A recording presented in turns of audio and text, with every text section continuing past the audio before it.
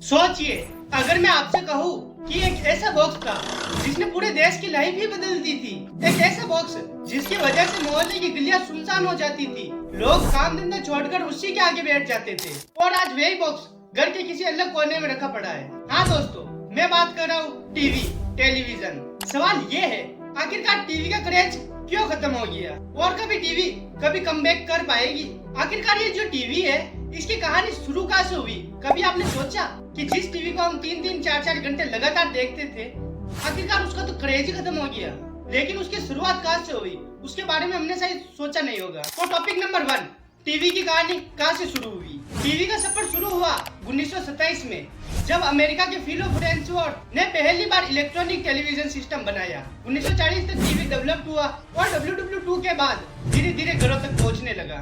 1950-60 के दशक में अमेरिका और यूरोप में हर घर में टीवी पहुंच चुका था। टीवी ने लोगों की लाइफ स्टाइल ही बदल दी थी। Dinner time equals to TV time, ये वाला कल्चर बन चुका था। लेकिन अब बात करते हैं हमारे भारत में टीवी की एंट्री कब हुई। भारत में टीवी पहली बार 15 सितंबर 1959 को आया। दिल्ली में एक छोटा सा ट्रांसमीटर और 21वीं सेट्स के साथ एक्सपेरिमेंट शुरू हुआ। 1975 में टीवी का विस्तार हुआ और तब से दूरदर्शन हर घर का नाम बन गया। याद है रामायण 1987, महाभारत 1988, हम लोग, बुनियादी दुनिया, मालगुडी डॉल्स, ये सारे सीरियल उस समय बहुत ज्यादा पॉपुलर हो रहे थे। हालांकि ये जो शो थे, इनको देखने के लिए पूरा भारत रुक जाता था। एक वो दौर था जब पूरा परिवार और गांव के लोग साथ में बैठकर एक टीवी देखा करते थे। लगभग 1980-90 के दशक में टीवी का गोल्डन ईरा चल रहा था। 1980 के आखिर में और 1990 में जब केबल आया, तब टीवी का असली क्रेज शुरू हुआ। स्टार प्लस, सोनी, जी टीवी, कलर्स ने पूरा देश हिला दिया, क्योंकि सास भी कभी बहू थी, कसौटी जिंदगी की, दिया और बाती हम, CID, कौन बनेगा करोड़पति। इन शोज ने टीवी के अंदर करोड़ों लोगों को बांध लिया था। इसका एग्जाम्पल है कौन बनेगा करोड़पति। इसने पहले सीजन लगभग 2000 के दशक में आया था।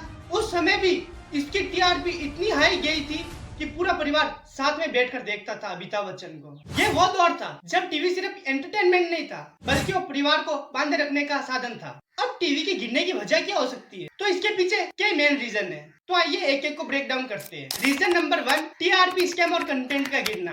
अब धीरे धीरे टीवी का चरम टूटने लगा। चैनल्स TRP की दौड़ में फंस गए। न्यूज चैनल ने असली खबर छोड़कर चिल्लाना, ड्रामा और एस्ट्रोलॉजी पकड़ लिया।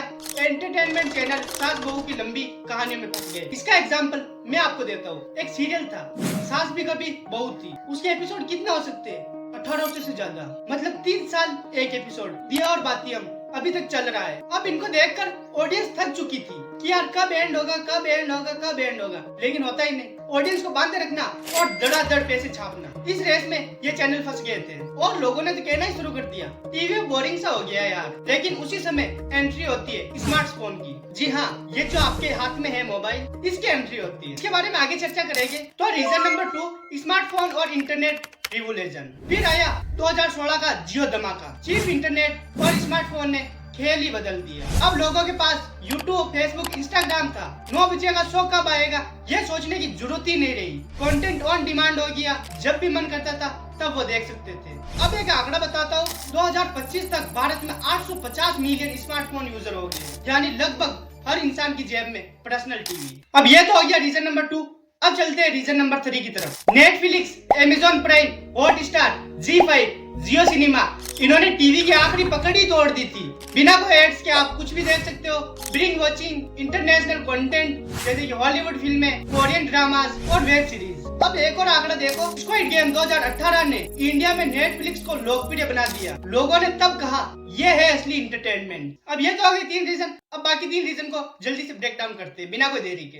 Reason number 4, YouTube revolution. YouTube ने तो गेम ही खत्म कर दिया टीवी का। अब सिर्फ बड़े चैनल्स नहीं, हर कोई क्रिएटर है। कोई कॉमेडी चाहता है, स्टैंड अप कॉमेडीज है। कोई एजुकेशन चाहता है, दुनो राठी की वीडियो है। फिजिक्स वाला है। कोई व्लॉग चाहता है, तो लाख ऑफ व्लॉगर्स पड़े हैं। अब इसी के ऊपर एक डाटा है, यूट्यूब इंडिया के मंथली 500 मिलियन एक्टिव यूजर है। अब आप सोच ही सकते हो ये किसी भी टीवी ऑडियंस से कितना गुना बढ़ा है। अब चलते हैं रीजन नंबर 5 की तरफ, जनरेशन Z। आज की जनरेशन को लंबे वीडियोस पसंद नहीं होते, उन्हें चाहिए क्विक रील, शॉर्ट वीडियोस और शार्प कंटेंट। उनका अटेंशन स्पैन 10 से 15 सेकंड का हो, इसलिए टीवी उनके लिए बिल्कुल बोरिंग हो गई है। वो कोई देखना ही पसंद नहीं करते टीवी को। तो अब चलते हैं रीजन नंबर 6 की तरफ, एड्स, मैनिपुलेशन और फ्रस्ट्रेशन। टीवी पर ऑडियंस को एड सबसे ज्यादा ही परेशान करते थे, क्योंकि एक 30 मिनट का सीरियल आता था, उसके बीच 3 बार एड आ जाते थे।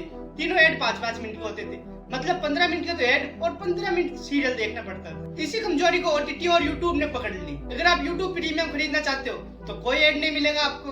अगर आप नेटफ्लिक्स का प्रीमियम खरीदना चाहते हो तो आपको हर वो शो मिल जाएंगे जो बिना एड के चलेंगे। उसी समय ऑडियंस ने साफ कह दिया था, हम एड्स देखेंगे ही नहीं भाई, तुम्हारे ले जाओ टीवी। अब इन कारणों को देखने के बावजूद आपके मन में तो एक सवाल पक्का आया होगा, क्योंकि ये सवाल आना तय है, क्या टीवी हमेशा के लिए खत्म है? तो इस पे मेरा ओपिनियन है, शायद नहीं। क्रिकेट मैचेस हो गए, इलेक्शन कवरेज हो गए, बिग बॉस जैसे रियलिटी शो अभी कुछ लोगों को खींचते हैं। BARC रिपोर्ट 2023 के अनुसार अर्बन इंडिया में 18 से 35 की उम्र का सिर्फ 22% ऑडियंस टीवी रेगुलरली देखता है। अब इसी से आप अंदाजा लगा सकते हो कि जो युवा है वो तो टीवी पे कुछ है ही ना। टीवी का क्रेज खत्म होना हमें एक लेसन देता है। टेक्नोलॉजी हमेशा एंटरटेनमेंट को बदलती रहती है। कल रेडियो से टीवी आया था, आज टीवी से OTT आया, और कल शायद विजुअल रियलिटी, AI शोज और शायद मेटावर्स एंटरटेनमेंट आ जाए। तो दोस्तों, क्या आपको याद है जब आपका पूरा परिवार साथ में बैठकर रामायण देखा करता था और अब सब अपने अपने फोन में बिजी हो गए? क्या आपको लगता है